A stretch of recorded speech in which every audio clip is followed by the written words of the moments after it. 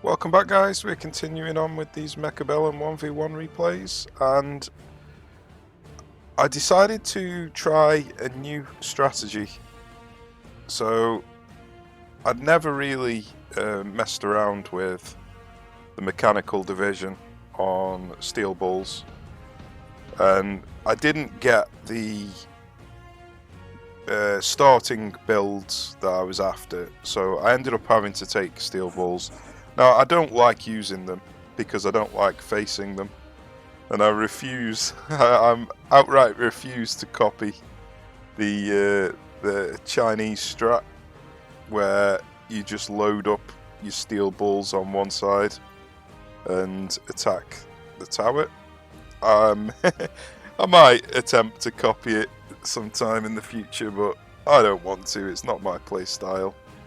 It's frustrating to play against, and so I just don't really want to emulate a frustrating to play against strategy.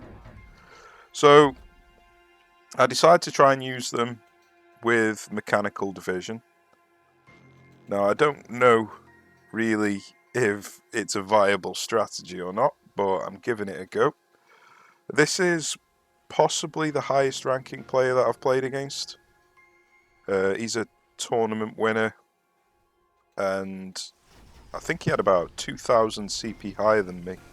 I think I'm on about 12,000 and he's on about 14,500, I think. So he's one of the highest ranked players in the game.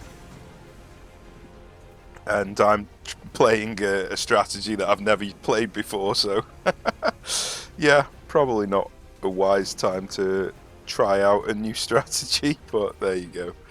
You gotta try it out sometimes, and who better to try it out against than the tournament winner. So I've managed to break through on their tower, and they've broken through on my tower.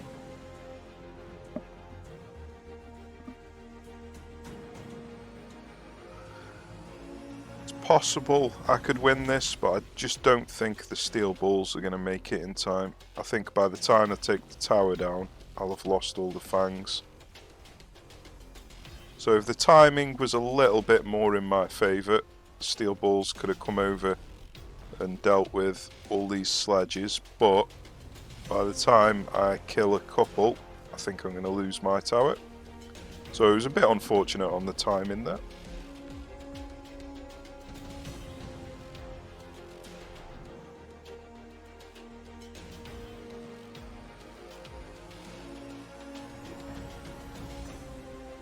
So I skip.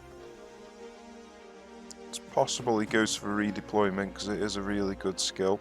So the reason I skipped is because I wanted the 50 supply so I could recruit 2 Mustangs. He's obviously thinking the same thing. Should he skip to get 2 new units out, or should he take one of them abilities? He eventually goes for missile, and he can see that this steel ball is the one that's leveled up. So he will be missile striking this steel ball. Now, I don't intend on leveling up the steel balls. I'm using them simply as a crawler delivery system. So, yeah, I don't know whether it's a viable strategy or not, but I decided to try it anyway. So luckily, the missile strike isn't enough to actually kill the steel balls. So I'm not sure whether missile strike was the right choice, but I think we're doing okay, maybe. So he's gone for elite SPC, which is usually quite a difficult one to start with, but I think starting with these arc lights is doing really good for him.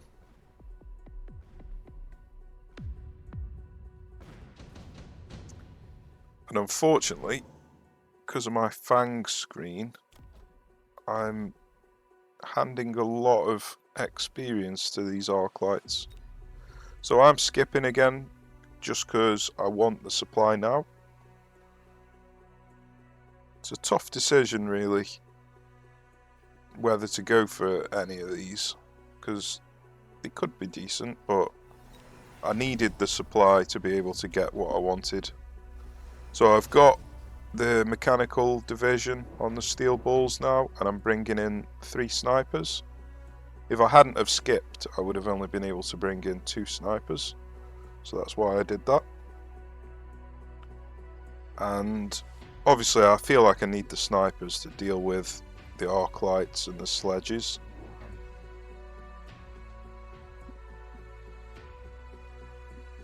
So mechanical division was probably a bad idea, to be completely honest with you, because his arc lights and sledges are going to kill them almost immediately. So yeah, I'm not going to copy this strategy again. I don't think it's viable. Not when they've got arc lights and sledges anyway.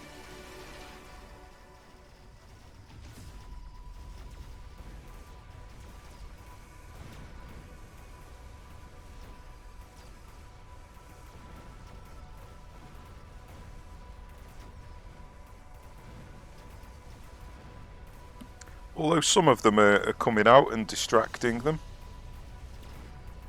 So I suppose it's distracting them away from the Mustangs a little bit. But I don't think it's worth it. I don't think it's worth the supply. But I'd never tried it before, so you don't know until you try.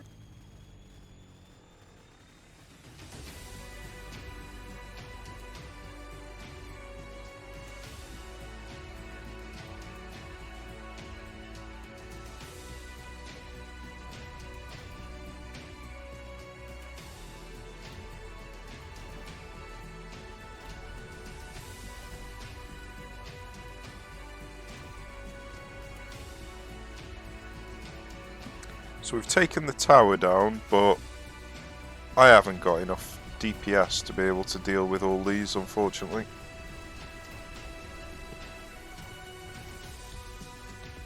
So Mustangs are probably not the right decision here, but I needed something to deal with their chaff.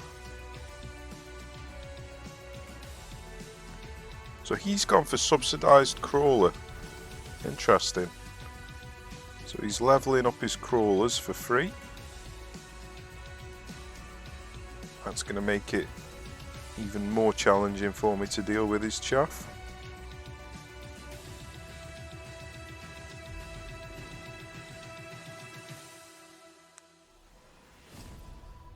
So I go for the incendiary bomb, and I decide to buy the oil bomb so I can do a double bomb. So we'll see if it works.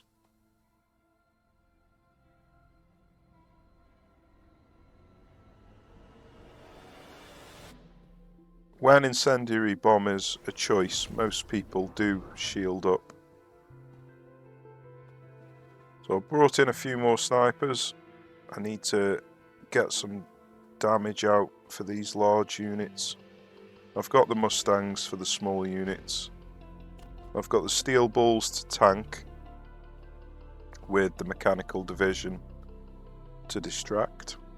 And then the thing I'm lacking is high damage, high single target damage, so that's why I'm going for snipers.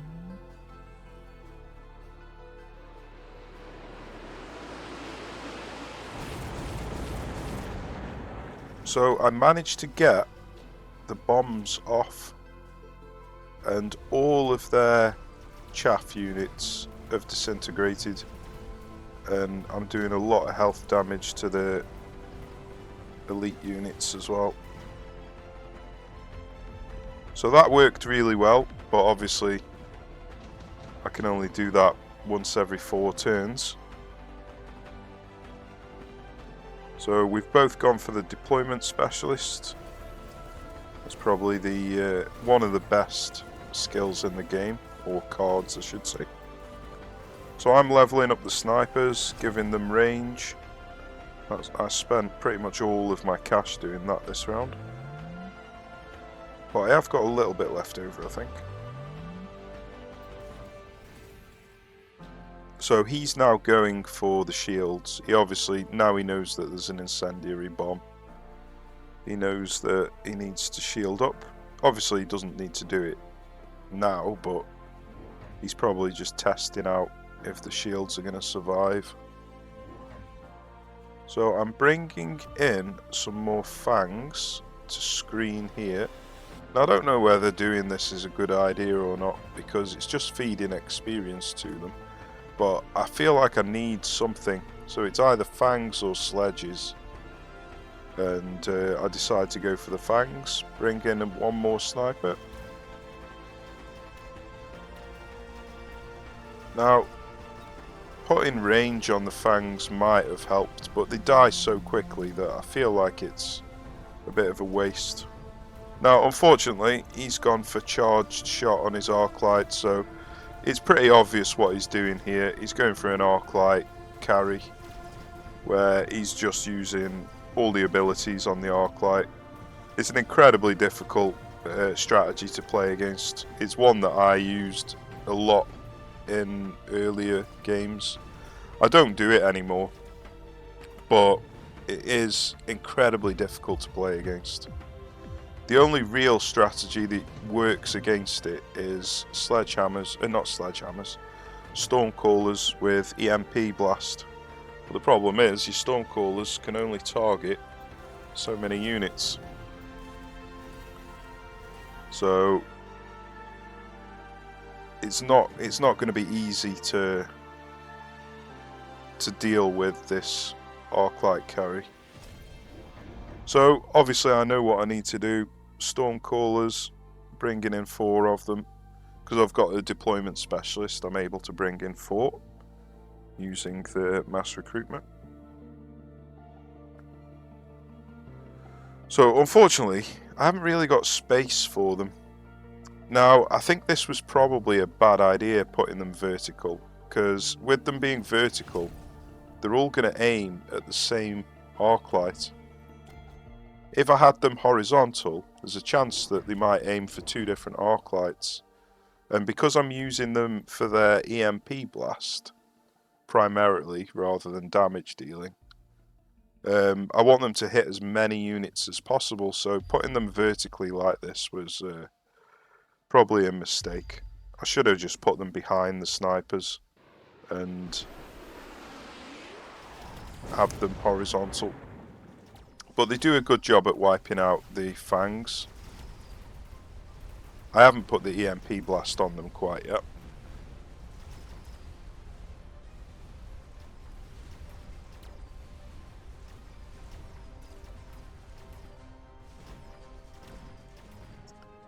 But they've done okay. They've took down one of the shields. That was nice. But here they come. The arc lights of doom.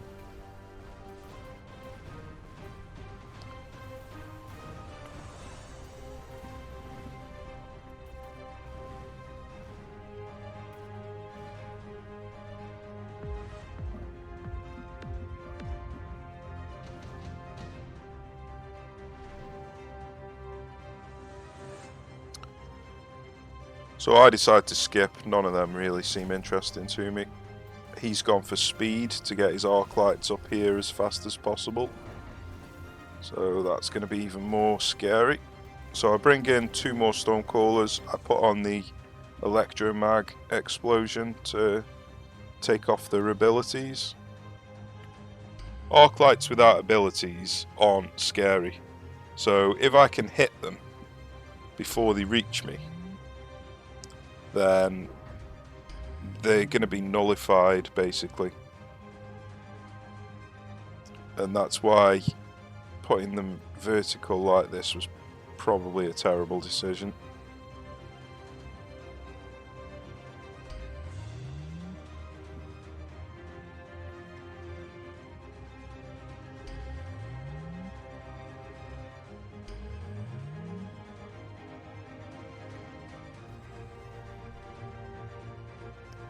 So he's got some really high level units now.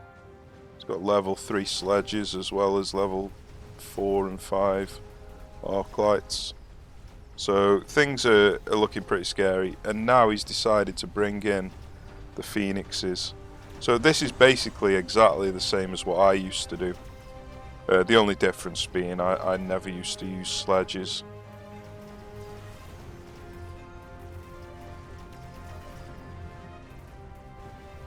So as you can see, this arclight here, he's just walking forward because he's been EMP'd.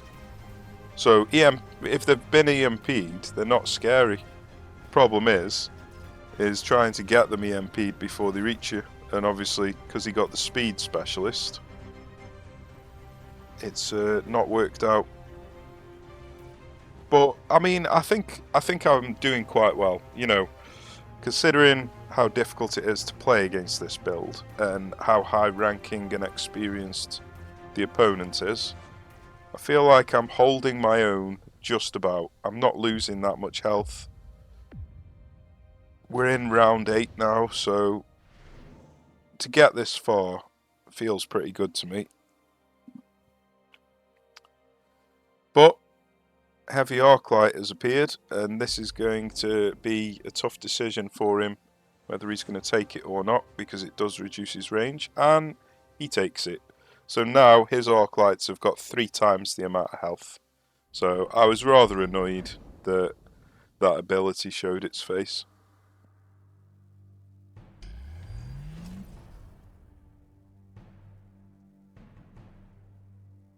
So I knew he was going to shield up, so I decided to put the flames more on my side, because obviously I didn't want him shielding the flame blast.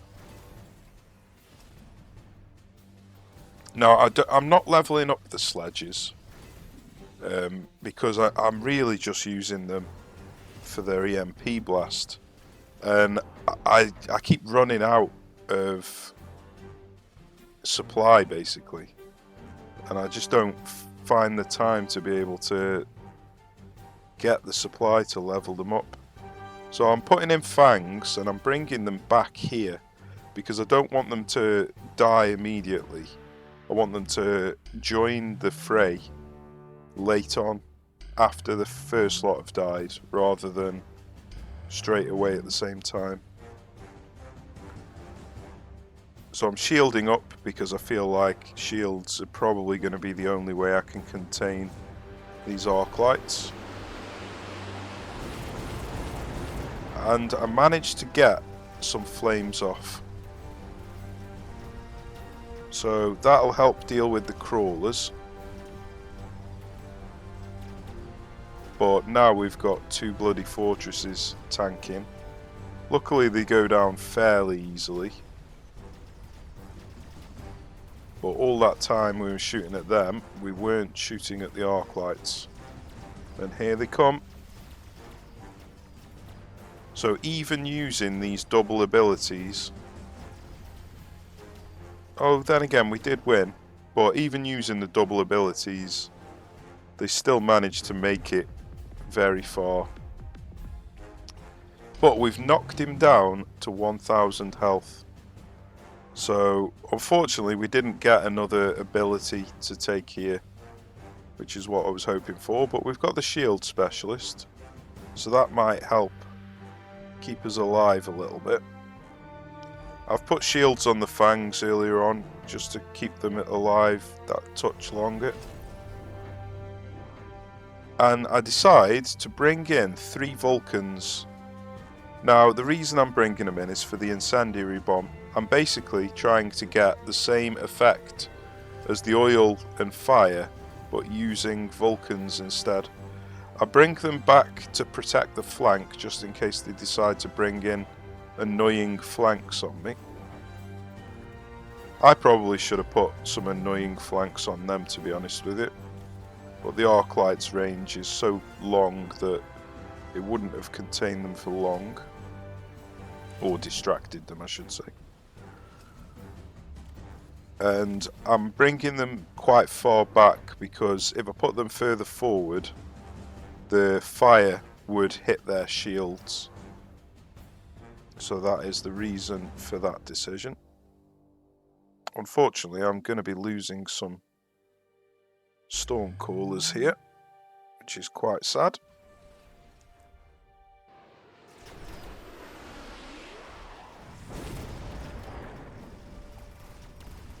So let's see how these flame blasts go. So it looks like I did put them a little bit too far back. They didn't fire quite as early as I wanted. And they've brought in wasps to help distract the snipers. So it's going to be really tough now. They've got wasps distracting the snipers. They've got fortresses distracting the stormcallers. And I put my Vulcans just a touch too far back.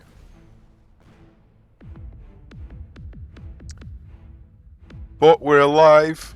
We're on 16 hit points. Let's see if we can turn this around. So, Lightning Storm, obvious pick for both of us. So what do I do here? What do I decide to do? Now, I'm pretty sure that I would need shields, so I need to spend money on shields, but I'm spending money on the aerial specialization, and I'm probably going to put range on as well, if I've got the cash. But I'm going for shields first, because they're essential, basically.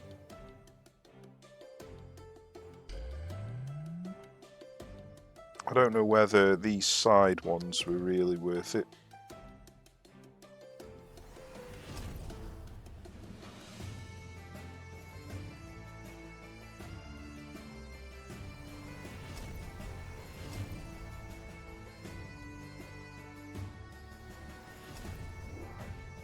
So I'm burning money to get the extra range and the range on the Mustangs, because I really need to deal with these wasps, and the only way to do that is aerial and range on the Mustangs. So yeah, unfortunately going for the experimental steel balls has not worked out very well for me, because they're just dying pretty much immediately to the arc lights, and the crawler thing is not working, the mechanical division.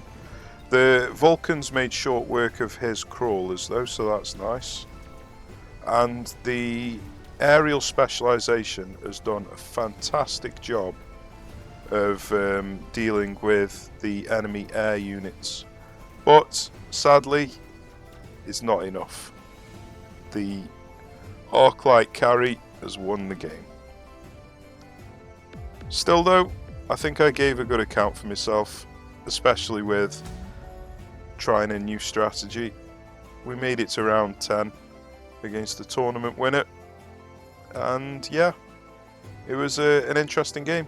So I wouldn't take mechanical division again, and I wouldn't put my Stormcallers vertical against arc lights or against anyone if you're using the electromag explosion, because you want it to hit as many different targets as possible. So they're the two major changes I would have made. I'm not sure whether it was worth bringing in these Vulcans. Probably wasn't. It might have been better just to put incendiary bomb on the arc light, on the Stormcallers instead. But I just kept running out of supply, unfortunately. But I suppose this is an expensive investment on these Vulcans. So that's 4, 8, 12, plus the 1 to unlock, 13, plus the 3 for the ability. So that's 16,000 that I invested in these just to get some chaff clear. I mean, they did do a good job at dealing with the crawlers, but I think it's possible that the Mustangs would have been able to do that with this high explosive ammo instead. So I think maybe, rather than going for these Vulcans, I should have just put high explosive ammo and incendiary ammo on the Stormcallers. So I think that's what I'll do next time. But yeah, interesting game. So I hope you enjoyed it. Cheers for watching, take care, and I shall see you soon.